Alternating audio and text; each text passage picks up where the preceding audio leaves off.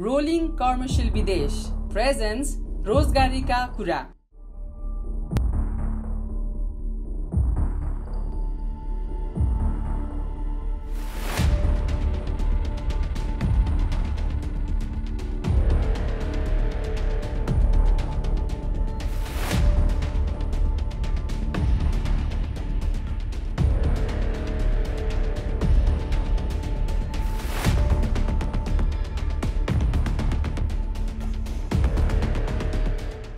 नमस्कार, कार्यक्रम रोजगारीका कुरामा यहाँहरूलाई स्वागत छ। म सरोज दाहाल। आदरणीय दर्शक महानुभावहरू, कार्यक्रम रोजगारीका कुरा तपाईँले यो टेलिभिजन मार्फत प्रत्येक सोमबार बिहान 7:30 बजे अनि प्रत्येक शुक्रबार बिहान 7:30 बजे हेर्दै आइराख्नु भएको छ। तपाईँहरूलाई थाहा नै छ, कार्यक्रम रोजगारीका कुरा विशेष गरी वैदेशिक रोजगारमा गएका युवाहरूका लागि लक्षित पारी तयार पारेको कार्यक्रम हो। कहिले हामी श्रमिकका सफलताको कथा देखाउँछौँ त कहिले श्रमिकका व्यथा देखाउँछौँ। कहिले नियामक निकायका जिम्मेवार व्यक्तिलाई बोलाइ श्रमिकको पक्षमा रहेर सवाल जवाफ गर्छौँ। आज हामीसँग एकजना विशेष पाहुना हुनुहुन्छ। उहाँ विदेश जानुभन्दा अगाडि जुन खालका सही सूचना दिनुपर्ने हो, जुन खालको तालिम दिनुपर्ने हो, जुन खालको जानकारीहरू दिनुपर्ने हो, तत् निकायका प्रमुख हुनुहुन्छ। रामराजा गौतम फियोना नामक संस्थाको प्रमुख हुनुहुन्छ। अभिमुखीकरण तालिम दिने संस्थाको प्रमुख हुनुहुन्छ। उहाँहरूलाई विभिन्न लालछना र आरोप पनि लाग्ने गरेको छ। सर्टिफिकेट बेचेको आरोप खेपिरहनु भएको छ भने कहिले तालिमै दिनुहुन्न भन्ने पनि आरोप खेपिराख्नु भएको छ। यति बेला सरकार र विभिन्न निकायहरूले उहाँहरूको बर्खास्ती अथवा उहाँहरूलाई राख्नु हुँदैन, सरकारले नै गर्नुपर्छ ओरिएन्टेसन भन्ने कुराहरू पनि उठिराखेका छन्। के हो त वास्तविकता? यसको बारेमा जान्ने, बुझ्ने र सुन्ने प्रयास गर्नेछौँ। आउनुहोस्, आजका मेरा अतिथिलाई स्वागत गरौँ। सर, स्वागत छ। नमस्ते सर। अब फियोना के हो? फियोना मेरा दर्शकहरूलाई बताइदिनुहोस् त छोटोमा, के गर्छ यसले, के हो यो संस्था? वैदेशिक रोजगारमा जाने युवाहरूको लागि जानु पूर्व उहाँहरूलाई चाहिँ सूचना, वैदेशिक रोजगारका सूचना, जनचेतनामूलक चाहिँ जानकारीहरू गराएर उहाँहरूको वैदेशिक रोजगारलाई सुरक्षित गर्ने उद्देश्यले स्थापना भएका संस्थाहरूको छाता सङ्गठन हो फियोना। र यसले चाहिँ वैदेशिक रोजगारमा जाने कामदारलाई सूचना सङ्कलन गरेर प्रसारण उहाँहरूकोमा डेलिभरी गर्ने र संस्थागत हकहितको लागि काम गर्ने गर्दछ। तपाईँहरूले दिए सूचना त श्रमिकको लागि खासै काम आएन नि सर। दिनु ठगिएका छन्, दिनु चाहिँ अलपत्रमा परेका छन्, मिडिया रिपोर्टहरू आइराखेका छन्, मानिसहरूले सही सूचना नपाएकै कारणले अलपत्र परे, ठगिए भनिराखेका छन्। तपाईँहरूले कुन खालको सूचना दिनुहुन्छ? यसमा सर हाम्रो कुरा के हो भने यो ठगीको प्रक्रिया भनेको एउटा कामदार गाउँमा जब हलो कोदालो उसले छोडेर वैदेशिक रोजगार जानुपर्छ भनेर उसले सोध्छ, त्यो बेला उसले त्यही बेला चाहिँ एउटा ठगी हुने वातावरण भइसकेको हुन्छ। किनभने उसलाई पासपोर्ट बनाउनेदेखि लिएर वैदेशिक रोजगारका हरेक सूचना र वैदेशिक रोजगारमा जाने प्रक्रिया, वैदेशिक रोजगारका चाहिँ अनेक थरीका चाहिँ लोभ लालसा देखाउने कुरा गाउँमै भइसकेको हुन्छ। र अहिले अभिमुखीकरण तालिमको एउटा प्रक्रिया नै चाहिँ ठगी प्रक्रियामा ओरिएन्टेसनले, अभिमुखीकरण तालिमले नेपालको सन्दर्भमा केही पनि गर्न सक्ने स्थिति छैन। यसको कारण के हो भने सूचनामा कामदारको पहुँच छैन र त्यो लेभलसँग सरकारले सूचना दिन सकेको छैन। र हामीले हाम्रो ठाउँमा हामीलाई चाहिँ पूर्व प्रस्थान अभिमुखीकरण तालिम भनेपछि हामी चाहिँ ठ्याक्क जाने बेला, कामदार जाने बेलामा अन्तिम समयमा हामीले ओरिएन्टेसन गराउँछौँ। हामीले गराएको ओरिएन्टेसनले विदेशमा गएर ठगिने या अरू विभिन्न खालको चाहिँ उनीहरू समस्यामा पर्ने कुरामा त कन्ट्रोल होला, तर नेपालमै हुने ठगी चाहिँ हामीबाट सम्भावना छैन अहिलेको जुन कानुनी वातावरणले। कानुनमा के समस्या छ? कानुनमा भएको समस्या यो नै एउटा चाहिँ अव्यावहारिक के हो भने जब मान्छे ठगिन्छ, सिधिन्छ, उसका सबै संसार खोसिस्या हुन्छ एजेन्टले र उसका केही पनि उसँग अब नाङ्गो भइसकेको हुन्छ। उसँग एउटा हामीकोमा आएर 700 रुपियाँ तिरेर ओरिएन्टेसन पढ्नेसँग पैसा पनि हुँदैन। त्यो हालतमा आइसकेका मान्छेलाई हामीले पढाइदिएका हुन्छौँ र उनीहरूले तिमीले यति पैसा दिनुहुन्न थियो, यस्तो ठग्नुहुन्न थियो भनेर उनीहरू फर्केर घर जाने स्थिति हुँदैन। उनीहरू माला लाएर आइसकेका हुन्छन्, उनीहरू उड्नको लागि तयार हुन्छन्। मानसिक रूपमा, आर्थिक रूपमा, हरेक रूपमा उनीहरू तयारी भइसकेका हुन्छन्। त्यो उनीहरू ब्याक जान सक्दैनन्। र त्यसरी जानु भनेको उनीहरूलाई फेरि के हो भने उनीहरूले ऋण लिएर आएका हुन्छन्, सर्भिस चार्ज तिरेका हुन्छन्, ब्याज तिरेका हुन्छन्, फर्केर गयो भने पनि त्यो तिर्दिने मान्छे त उही हुन्छ भने चाहिँ उसलाई चाहेर पनि तपाईँहरूले तिमी गलत बाटोमा छौ है भन्न सक्नुहुन्न। हामी भन्छौँ, त्यो नमान्ने कुरै छैन। तर के हो भने तपाईँले गल्ती यो तपाईँको कमजोरी भइसक्यो, त्रुटि भइसक्यो, अब यहाँबाट जाने स्टेपहरूमा चाहिँ तपाईँ यो ठाउँमा सचेतन हुनुहोस् भन्ने भन्छ। तपाईँले अहिले भन्नुभयो भने गाउँदेखि नै म्यान पावरसम्म आइपुग्दा अथवा तपाईँसँग आइपुग्दाखेरि विभिन्न एजेन्ट र विभिन्न तहमा ठगिएर आइसकेका हुन्छन्, देशभित्रै पहिला ठगिन्छन् श्रमिक भन्नुभयो। एजेन्ट त सरकारले खारेज गरिसक्यो भन्छन् नि। सरकारको कानुन हेर्ने हो भने राम्रो छ। संसारमा सबभन्दा राम्रो कानुन नेपालकै होला, कडा। वैदेशिक रोजगारको कानुनमा मैले यो सेन्डिङ कन्ट्रीको भन्दा नेपालको चाहिँ स्ट्रङ। तर नेपालको सबभन्दा प्रब्लम के हो भन्दा कार्यान्वयनमा समस्या। यो एजेन्ट खारेजी भने एजेन्ट बिना म्यान पावर चल्छ, वैदेशिक रोजगार चल्छ। अहिलेसम्म कुन चाहिँ मान्छेको पहुँच म्यान पावरसँग पुगेको छ? कुन चाहिँ मान्छे एउटा उताबाट आफ्नो दाइ काकाले पठाएको भिसा पनि श्रम स्वीकृति निकाल्न एजेन्ट चाहिन्छ। यो खालको स्थिति नेपालमा बनेको छ भने एजेन्ट बिना केही हुन्छ, एजेन्ट छैन भनेर भन्ने कुरै भएन। तर के हो भने कानुनी रूपमा छैन भनेर सरकारले भन्न पाइयो। त्यसो भए ओरिएन्टेसनमा पनि एजेन्ट छन्? ओरिएन्टेसनमा एजेन्ट हुने हुँदैन। तपाईँहरू चाहिँ कसरी दुध लिनु आएको हुनु पर्यो? होइन, हामीहरूको त म्यान पावरले आफैले भिसा आएर उड्ने बेला मान्छे हुन्छ, उनीहरूले यो फलान ठाउँ गएर पढ्नु भनेर उनीहरूले आफ्नो नजिकको ओरिएन्टेसनमा पठाइदिन्छ। तपाईँहरूले तालिम चाहिँ के दिनुहुन्छ भन्नुहोस् त? ओरिएन्टेसन जुन जति दिनुहुन्छ तपाईँहरूले अभिमुखीकरण तालिम, त्यो के दिनुहुन्छ तपाईँहरूले? हामीले वैदेशिक रोजगारलाई खास पनि हाम्रो उद्देश्य वैदेशिक रोजगारमा जाने कामदारलाई सुरक्षित रूपमा उहाँहरूको वैदेशिक रोजगारको समय भुक्तान होस्, आर्थिक लाभ होस्, उहाँहरूको कमाएको पैसा सुरक्षित तरिकाले नेपाल आओस्, उहाँका शारीरिकदेखि लिएर कुनै पनि शोषण त्यहाँ गर्न नसकोस्, आवाज उठाउन सकुन् भन्ने हाम्रो उद्देश्य हो। त्यही अनुसारको हाम्रा टपिक्स 12 घण्टाको राखिएको छ। प्रत्येक टपिक्समा चाहिँ हामीले अहिले भर्खर पनि टट गराएको छ, नयाँ पाठ्यक्रम पनि आएको छ। त्यो अनुसार हामीले चाहिँ अब अलिकति नेपालका कानुनका कुरा, अधिकारका कुराहरू पनि भन्न चाहिँ। तर यो तपाईँहरूले लिने दिने कति कुरा हो भन्ने कुरा चाहिँ हामी अलिकति उहाँहरूको प्रक्रिया गइसकेका हुन्छ, हामी त्यसमा ब्याकअट चाहिँ भन्न सक्दैन। तर यो है खास चाहिँ भनिदिन्छौँ। र अरू कुरा के छ भने हाम्रो कागजपत्रको कुरामा अहिले उहाँहरूले विभिन्न विदेशमा जाने अनि त्यसपछि गएर फर्केर आउँदाखेरि चाहिँ केही समस्या पऱ्यो भने क्लेम गर्न नसक्ने अहिले पनि एकदम निर्मम तरिकाको एउटा कानुन छ।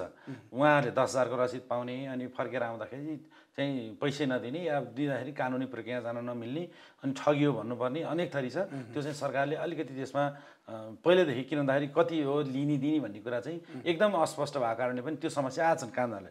र हामीले त अहिले यो उहाँहरूलाई किनभने विदेश जाने मान्छेको सङ्ख्या पहिलाको जस्तो चाहिँ एकदम रफ मान्छे छैनन्।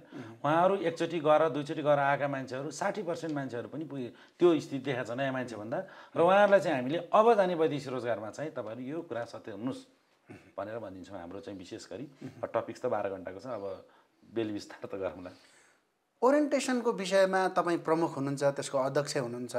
तपाईँले पनि विभिन्न मिडिया रिपोर्टहरू पनि हेरिराख्नु भयो होला, एनजिओ आइएनजिओको कार्यक्रमहरू पनि हेरिराख्नु भयो होला, विभिन्न सरोकारवाला निकायका मानिसहरूले भनिराखेका पनि सुनिराख्नु भयो होला, तपाईँले पनि रिपोर्ट पाइराख्नु भयो होला।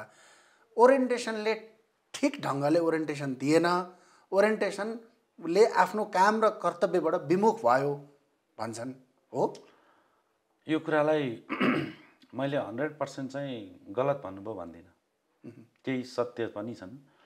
यसको यथार्थ कुरा राज्यले बुझ्नुपर्छ। यो कुरा के हो भने हामी प्राइभेट सेक्टर, हामी आफू घरबाट तिर्छौँ, हाम्रा स्टाफ हुन्छन्, हाम्रा प्रशिक्षक हुन्छन्, हाम्रा खर्चको विषय पनि एउटा सोचनीय विषय छ।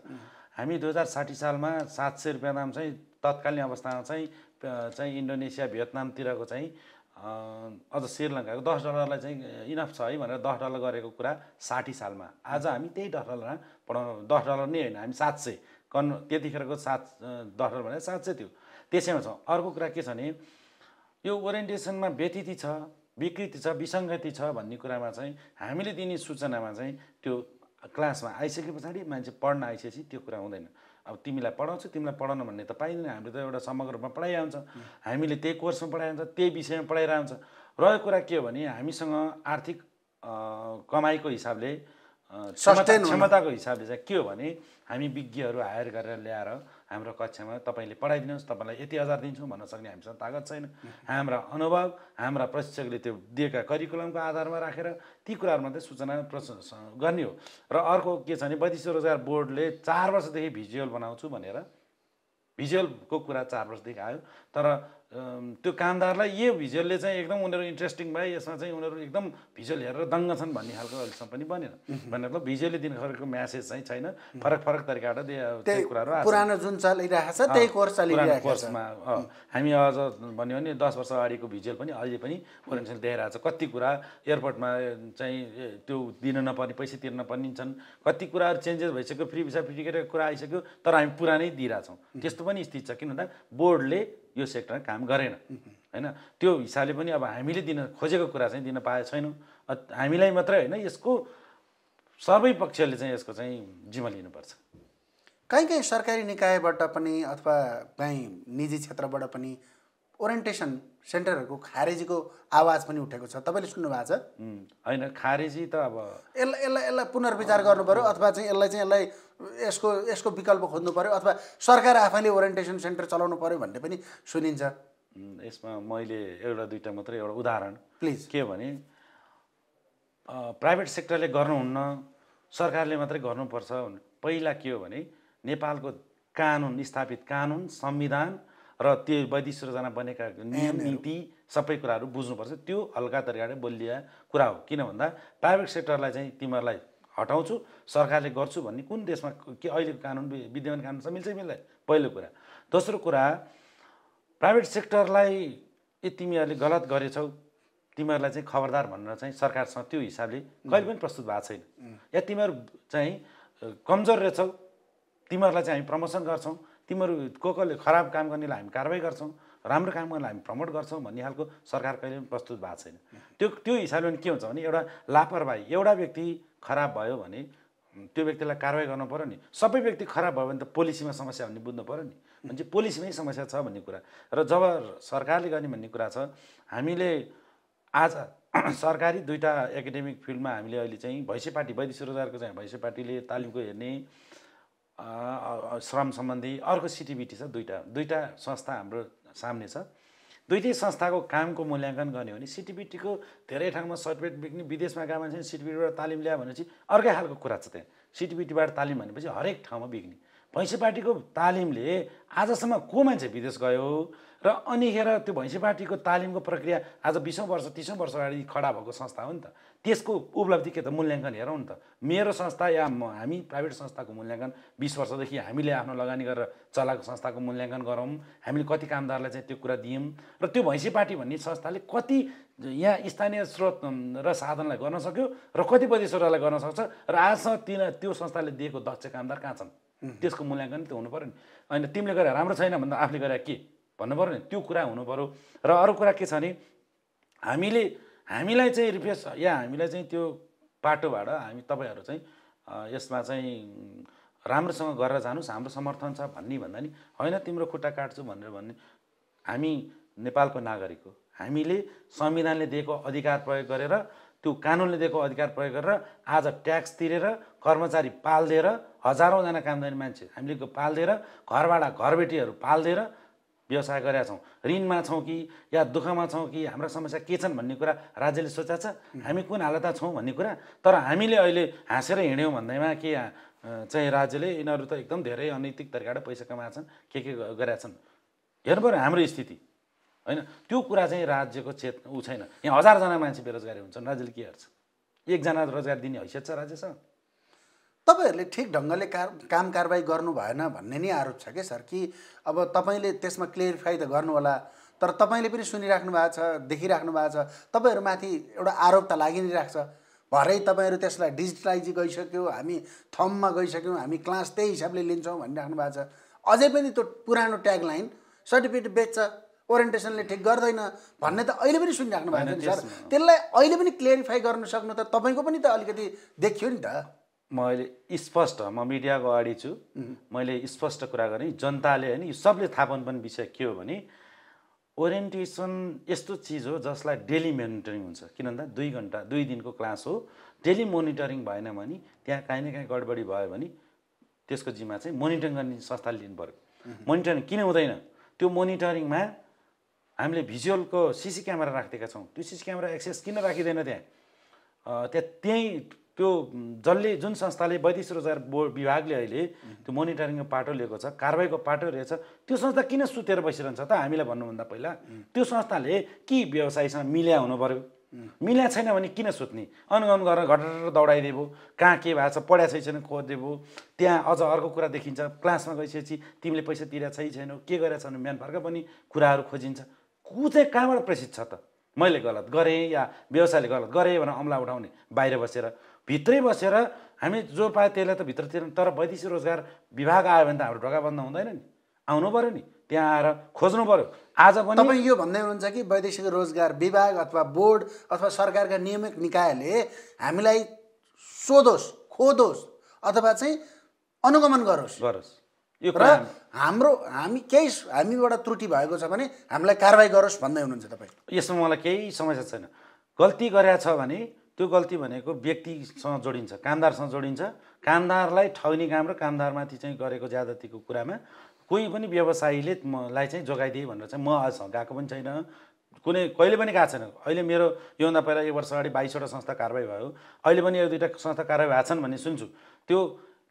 त्यो चाहिँ न्यायिक हुनुपर्छ भन्ने कुरा चाहिँ मेरो आवाज हुन्छ। तर यो संस्थाले गलत गर्यो तर एकचोटिलाई माफ गरिदिनु या त्यस्तो भन्ने चाहिँ मबाट भाउँदैन, किनभने कारबाही गर्ने उनीहरूको अधिकार छ, कानुन अनुसार कारबाही पाइयो। वैदेशिक रोजगार विभागले चाहिँ कसरी काम गरिराखेको छ देख्नुहुन्छ तपाईँले? उहाँहरू श्रमिकको पक्षमा हुनुहुन्छ, व्यवसायीको पक्षमा हुनुहुन्छ अथवा सरकारको पक्षमा हुनुहुन्छ? कसरी काम गरिराखे तपाईँले कसरी हेरिराख्नु भएको छ? एक हिसाबले सोच चाहिँ अब हामीले देख्छौँ उहाँहरूको सोच चाहिँ कामदारको पक्षमा हुनुपर्छ भन्ने छ, अब मुख्य लिडरको चाहिँ प्रशासनिक हिसाबमा। तर त्यो सोचेको जस्तो चाहिँ भइरहेको छैन। कार्यान्वयन पक्ष अत्यन्त फितलो छ।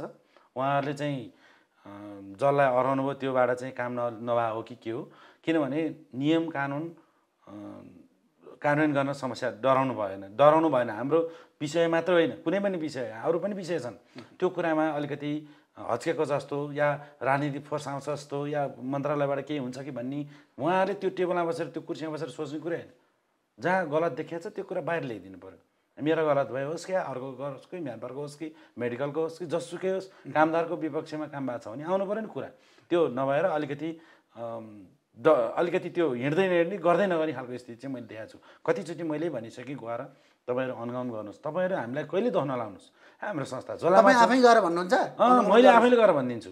हाम्रो संस्था झोलामा छ, या हामीले पढाएका छैनौँ, हामीले या चाहिँ तपाईँको क्लासमा मान्छे राखेका छैनौँ, हामीले व्यतिथि गरेका छौँ भने आउनुहोस् न कारबाही गर्न। एक गरी 139वटा संस्था छन्, प्रत्येक संस्था पुग्नुहोस्, प्रत्येक संस्थाको रिपोर्ट हेरेर बोल्नुहोस्। त्यसभन्दा पछाडि होइन भने जति मान्छेले आवाज दिन्छन् यो संस्थाहरू बेकुबी गरेका छन् भने त्यसको जिम्मेवारी चाहिँ तपाईँ हुनुहुन्छ। मैले पटक भनिसकेको छु, डिसाले भनिसकेको छु।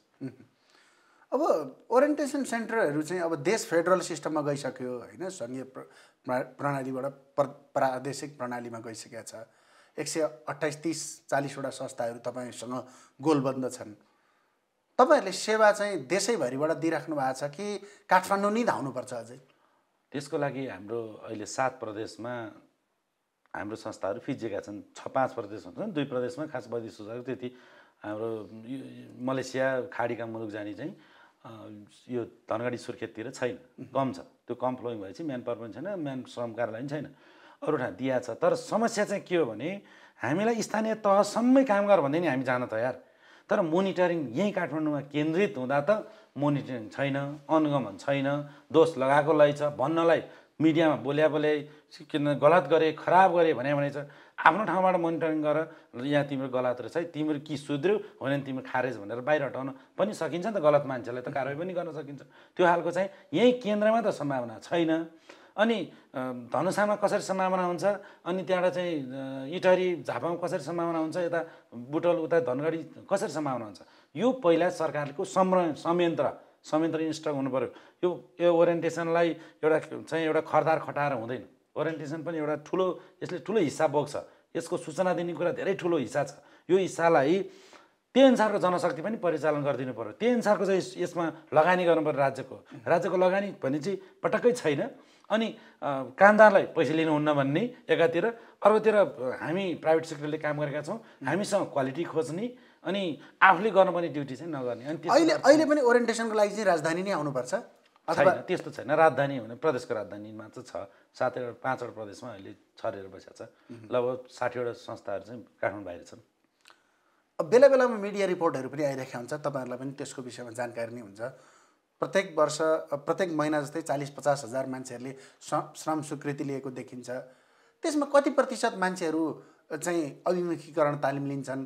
त्यसको डेटा छ तपाईँसँग? जति मान्छेले श्रम स्वीकृति लिन्छन् ती सबै अभिमुखीकरण तालिम लिन्छन् कि तिनको वैकल्पिक व्यवस्था पनि छ कि तपाईँले यो विषयमा बोल्न मिल्दैन? वैकल्पिक व्यवस्था भन्नाले यस्तो हो कुरा सर, यो किन्दा कानुन त उहाँहरू सबैले लियो भन्ने नै बुझ्नु पऱ्यो।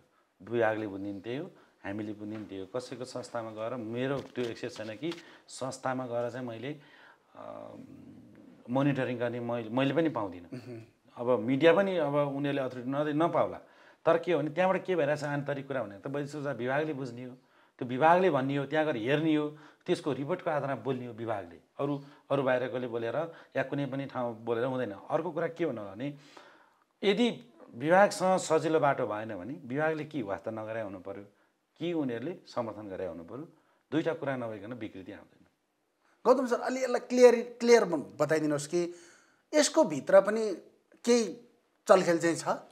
होइन, मैले ठ्याक्कै त त्यसो भन्न त मिल्दैन, तर तपाईँले मिल्ने जति चाहिँ भन्नुहोस् त। हार्दिकता चाहिँ राख्नुहुन्न भन्ने हो। व्यवसायीले काम गर्ने कुरामा कामदारको लागि गरे हुन्छन्। व्यवसायीले थोरै पैसा कमाउँछन् भन्ने आफ्नो मान्छे तेरो मान्छे भन्ने या नाता या कुनै पनि हिसाबले हार्दिकता चाहिँ व्यवसायले गरेको गलत कुरा चाहिँ हार्दिकता राख्नुहुन्न भन्ने नै हो। यो राखेको छ भने त्यो गलत हो। त्यो चाहिँ जहाँ पनि मैले पर्दाफास नै अब म आफै पनि लागेको छु यसको, किनभने हार्दिकता नराख्नु भनेर। तपाईँहरूलाई एउटा कहिलेकाहीँ बित्छ कि बित्दैन, अथवा तपाईँहरूले त्यो सोच्नुहुन्छ कि सोच्नुहुन्न? जब वैदेशिक रोजगारमा एउटा श्रमिक जान्छ, उहाँ पीडित हुन्छ, ऊ कहीँबाट ठगिन्छ, लुटिन्छ, अथवा ऊ गलत सूचनाका कारण पुग्छ, तपाईँहरूले त्यो ऊ फर्के पछाडि केही अपनत्व लिनुपर्छ कि पर्दैन? तपाईँहरूको त्यो सिस्टम छ कि छैन? तपाईँहरू पनि त्यसका भागीदार हुनुपर्छ कि पर्दैन? के प्रणाली छ तपाईँहरूको? होइन, यसमा एउटा मानवीय कुरा रहने आफ्नो ठाउँमा छ होइन। तपाईँको पोलिसी चाहिँ के छ? तालिम केन्द्रले हामीले विगतमा चाहिँ केसम्म भनेर आएका छौँ भने हाम्रा धरोटी छन्, हामीले धरोटी राखेका छौँ नि। हामी तालिम केन्द्रले धरोटी छ। त्यो धरोटीमा अहिले हामीले वैदेशिक रोजगार विभागलाई या मन्त्रालयलाई के भन्यो भने त्यो एयरपोर्टको श्रम डेस्क नहटाऊ। श्रम डेस्कले क्रस गरेर मजाले त्यहाँको चाहिँ मान्छेले गलत गरेर पढाएका छन् भने जो व्यक्ति गएर पढेकै छैन भने चाहिँ त्यो क्रस गर्ने ठाउँ हो। त्यहाँ चाहिँ थम हटाउँदाखेरि के भयो भने अहिले त लुसु जाने भए। पहिला त त्यहाँ थमै गराउँदैन, झन्झटिलो भयो, व्यवसायले भनेरै हटाएको हो नि, होइन? त्यो म्यानपावर व्यवसायले होला, हामीहरूको लागि झन्झट थिएन। किनभने त्यो भनेको श्रमिक हितमा थियो।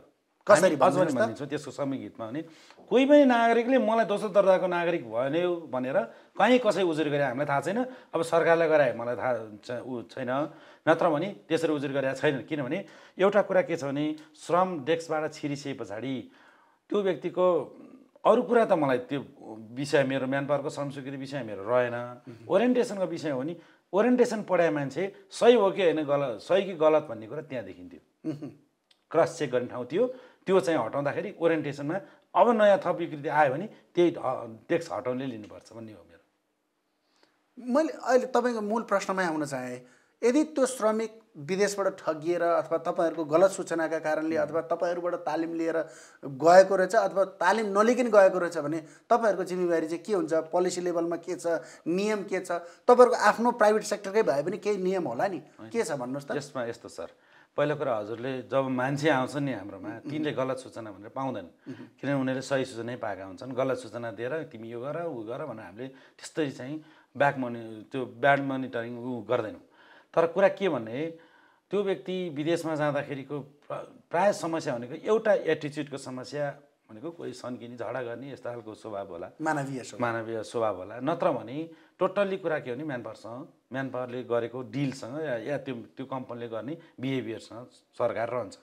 अब त्यो म्यानपावरले सबै कुरा म जिम्मा लिन्छु भनेर ल्याएको हुन्छन् र एटिच्युडको समस्या भनेको त राज्यले एउटा चोर मान्छेलाई। मैले यो प्रश्न किन गरेँ भने नि गौतम सर कि व्यवसायी म्यानपावर व्यवसायी र ओरिएन्टेसन सेन्टरवालाहरूकै मिलेमतो भएको कारणले गर्दाखेरि ओरिएन्टेसन चाहिँ अलि ओझेलमा परे हो अथवा त्यो खासै ट्रेनिङमा त्यति धेरै प्राथमिकतामा साथमा नराख्ने, त्यति धेरै काउन्सिलिङ नगर्ने, त्यसले गर्दाखेरि चाहिँ श्रमिकहरूले चाहिँ जुन पाउनुपर्ने सूचना हो त्यो चाहिँ नपाइरहेका अवस्था छ भनिन्छ नि। यसमा सर एउटा कुरा के छ भने नेपालको कानुनमा अहिले विद्यमान कानुन अव्यावहारिक छ।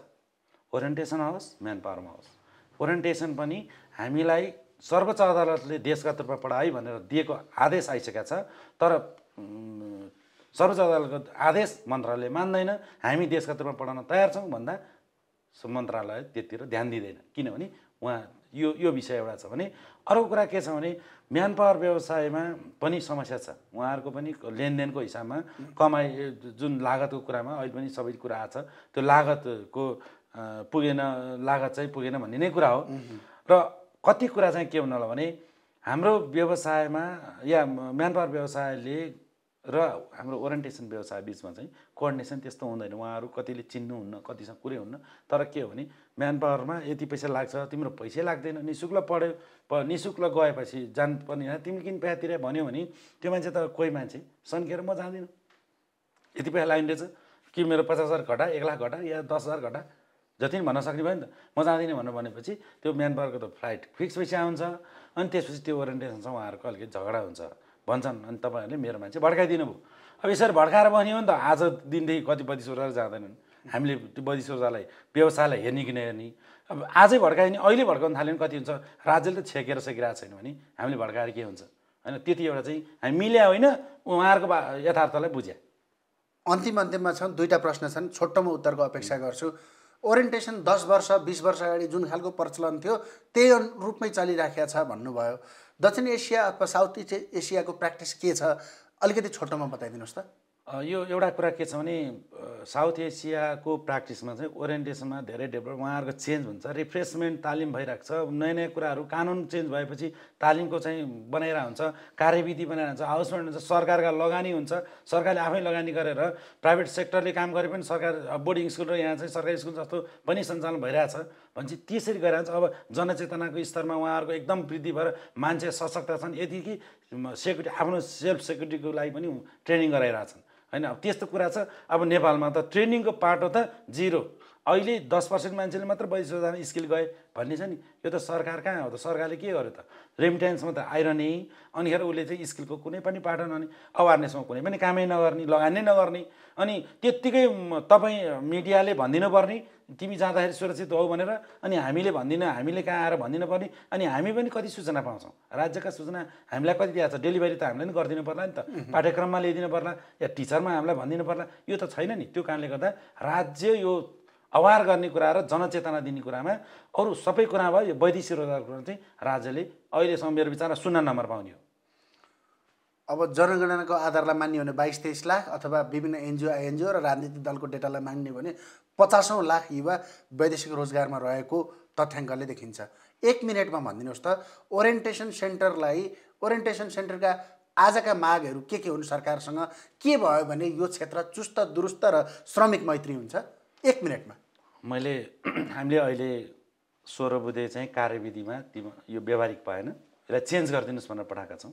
त्यो भनेको 2 वर्ष भयो, 3 वर्ष भयो। मैले सुरुका दिनदेखि गरेको कुरा कन्टिन्यू छ। कार्यविधि कानुनमा आएन, किन भन्दा कार्यविधि 28वटा बुँदामध्ये 19वटा बुँदा त अव्यावहारिक भनेर मैले पहिले हालिसकेपछि त्यो कानुन गर्न सकिएन, त्यो अहिले पनि भएको छैन। नम्बर 1।